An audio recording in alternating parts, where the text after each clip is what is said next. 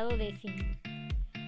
Bienvenidos a este espacio asincrónico. Es un gusto para mí interactuar en estos entornos con la intención de fortalecer las competencias y habilidades en el área de castellano.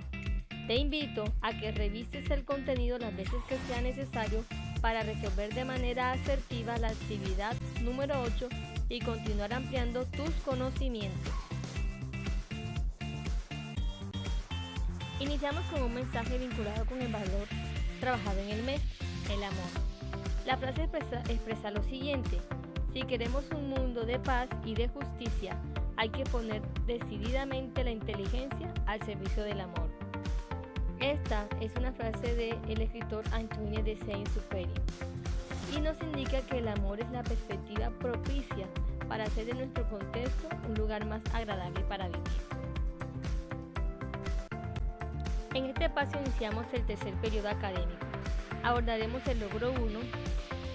Este está relacionado con temas que hacen parte del estudio de la lengua y las tipologías textuales que permiten su expresión, específicamente a lo referido de los textos informativos, sus generalidades y estructuras.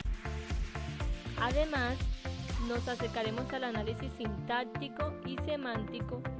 Recordemos que en encuentros pasados se han abordado distintos tipos de textos: los descriptivos, narrativos, expositivos y los discontinuos, cada uno con su intención y características que permiten ser abordados desde múltiples contextos. Esto posibilita realizar una distinción entre esas modalidades discursivas. Iniciemos con los textos informativos. De manera general, estos dan a conocer un hecho relatándolo de forma ordenada, jerarquizada y por lo general objetiva. Dicho de otro modo, están escritos con la finalidad de proporcionar al receptor ciertos datos e información sobre un tema determinado. Estos textos nunca serán ficcionales y podemos encontrarlos en multitud de lugares, debido a que buscan transmitir una información importante para el lector. Deben expresarse de forma clara, con una idea principal muy marcada. Ellos tienden a ser variados y se pueden encontrar en distintos escenarios como periódicos, informes científicos o en el área laboral con los memorandos o cartas. Ahora, hablemos de las características de los textos informativos. En esta tipología textual, lo más importante es la información.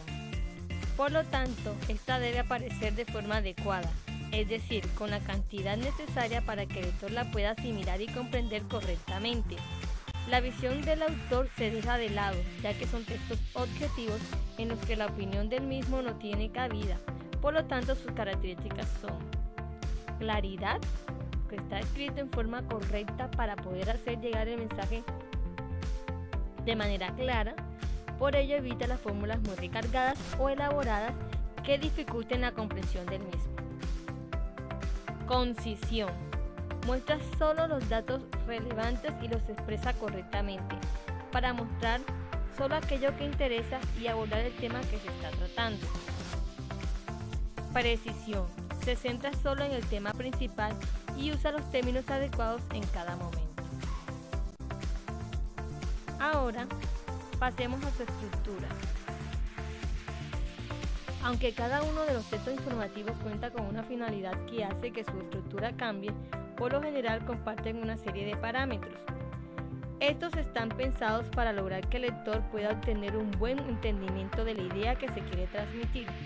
Así podríamos señalar que un texto informativo siempre debe contener un título, que siempre debe reflejar cuál es el tema principal que va a tratarse.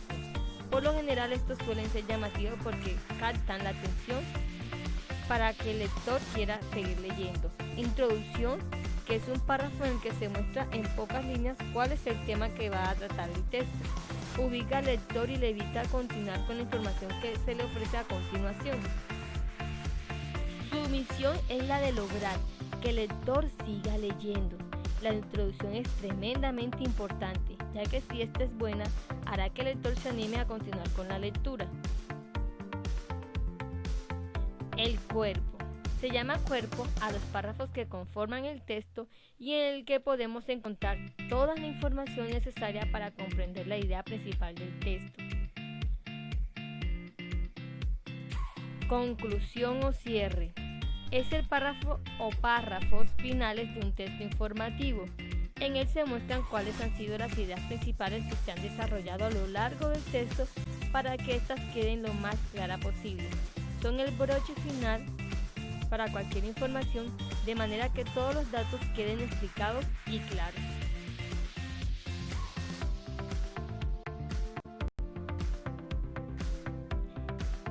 En este segundo momento nos centraremos en el análisis sintáctico y semántico, procesos que nos permiten abordar a la lengua como un objeto de estudio científico, aspecto que nos permite tener un mejor manejo de nuestra lengua materna y reconocer su estructura.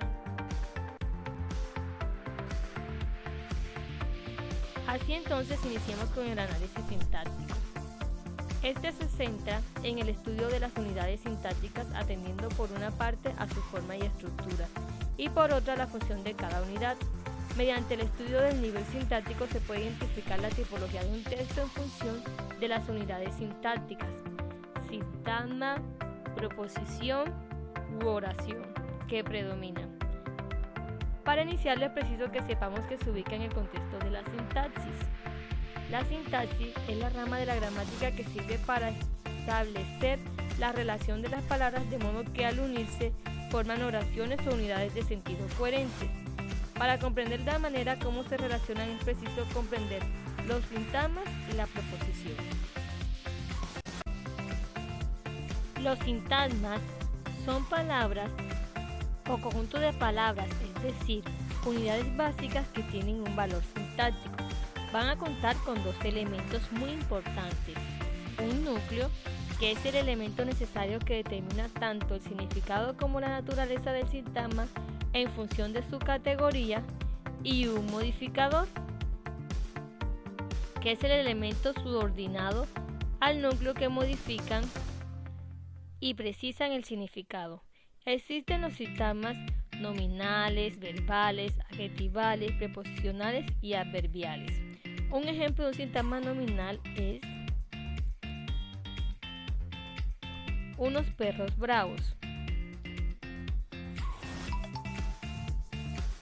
El núcleo de este es el sustantivo perros y los modificadores subyacentes son uno, determinante, y bravos como un adyacente masculino. Veamos ahora un ejemplo de un sintagma verbal: compró un carro. Aquí vemos que el núcleo es el verbo compró y el complemento es un determinante, un, con un sustantivo, carro. En cuanto a la otra estructura que contiene a los sintagmas, se denomina proposición. Esta es una unidad lógica y semántica con sentido completo. Ahora es preciso abordar las claves para el análisis sintáctico. Primero debemos determinar si es una oración simple o compuesta, en el caso que sea coordinada, subordinada o yuxtapuesta, y debemos determinar los posibles sintagmas y proposiciones que la componen. Veamos un ejemplo. En este se muestra: los vecinos podaron el árbol porque las plagas veraniegas estropearon algunas hojas.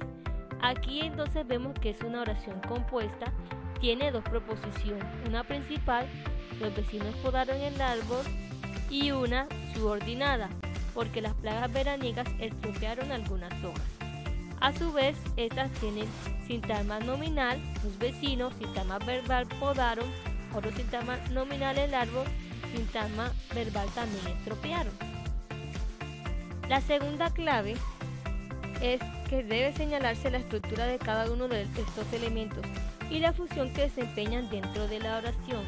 Esto es, además de señalar proposiciones y los sintagmas que están dentro de una oración, vamos a marcarle su función de acuerdo a las categorías gramaticales que ya conocemos. Por ejemplo, en esa frase, los vecinos podaron el árbol porque las plagas veraniegas estropearon algunas hojas, tenemos artículo los, nombre vecinos, podaron como verbo, el, otro artículo, árbol como nombre o sustantivo, otro artículo las, otro nombre playas, veraniegas también como nombre, algunas como artículos y hojas también como nombre. La tercera clave que podemos ver es que debe determinarse las relaciones oracionales en el caso de estas si son compuestas. En esta oración ejemplo se evidencia que está conformada por dos proposiciones, una principal, los vecinos podan el árbol, y otra subordinada, mediante el nexo porque las plagas veraniegas estropearon algunas hojas. El valor semántico es de causa.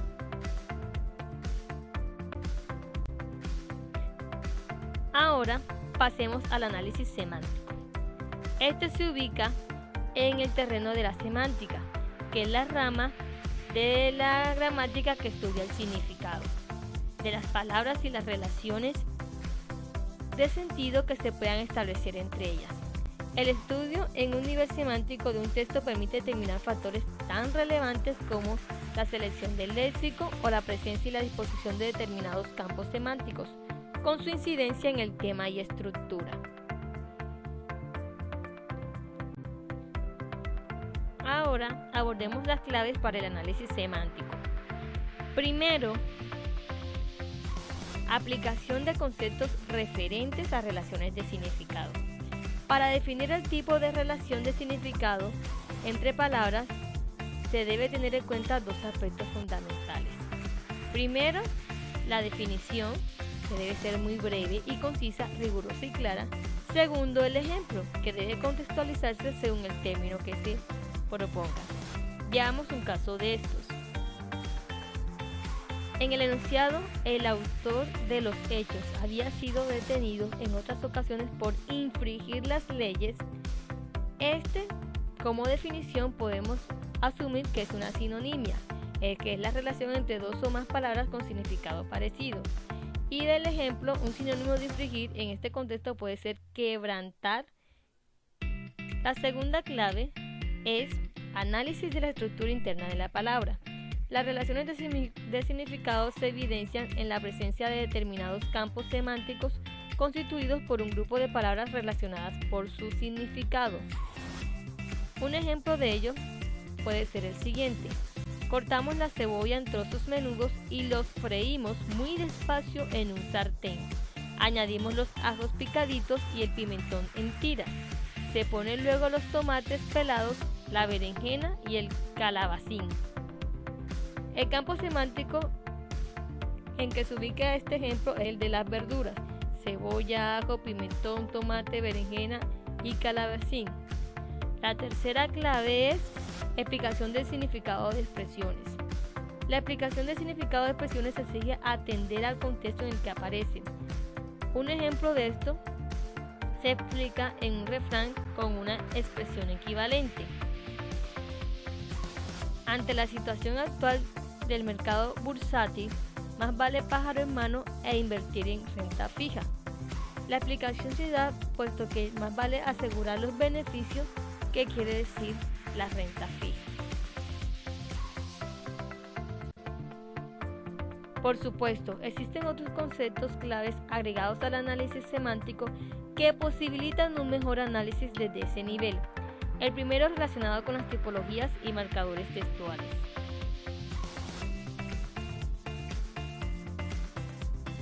Las modalidades textuales, narración, descripción, diálogo, exposición, argumentación, presentan rasgos que nos posibilitan entender mejor el texto de acuerdo a sus intenciones. En cuanto a los conectores, se emplean para establecer las relaciones semánticas entre los elementos de un texto. El otro concepto que nos posibilita ampliar el análisis semántico es el cambio semántico. Por supuesto, todo ello teniendo en cuenta que existen un significado denotativo, que es básico y estable según las normas establecidas, y otro connotativo, influenciado por la cultura y el contexto. El cambio semántico en las palabras se da por tres causas. La primera, por historias históricas y sociales, por los procesos de generalización y especificación. La otra, por causas psicológicas, en el sentido de que inciden factores emotivos causados por tabús respecto a palabras sonantes que se sustituyen y da lugar al eufemismo. Y el tercero, la metáfora y la metonimia, que son figuras retóricas que producen cambios semánticos al enunciar algo con otro elemento con el que guarda cierta relación.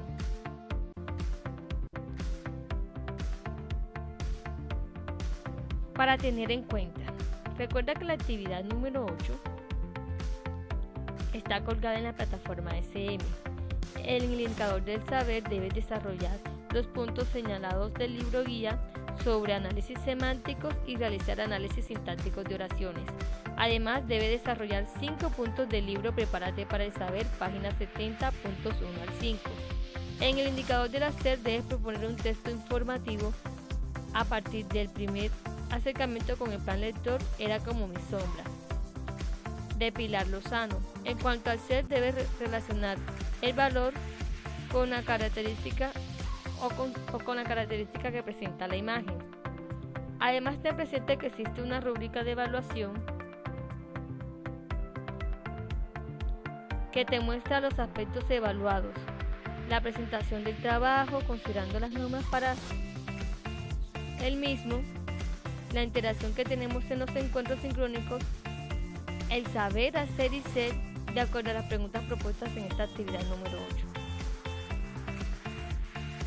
La fecha de entrega de esta actividad es el jueves 25 de septiembre de 2020.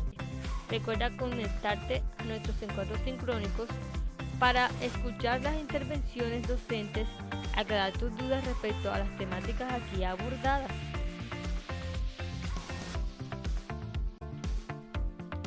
Apreciado estudiante, espero que en este video recuerdes todas las temáticas vistas y que por supuesto se van a seguir ampliando en nuestros encuentros sincrónicos. Fue un gusto compartir este espacio nuevamente con ustedes. Recuerda revisar el contenido cuantas veces lo desees para aclarar y ampliar la información para poder desarrollar la actividad número 8. Que la gracia de Dios abunde en la vida de cada uno de ustedes.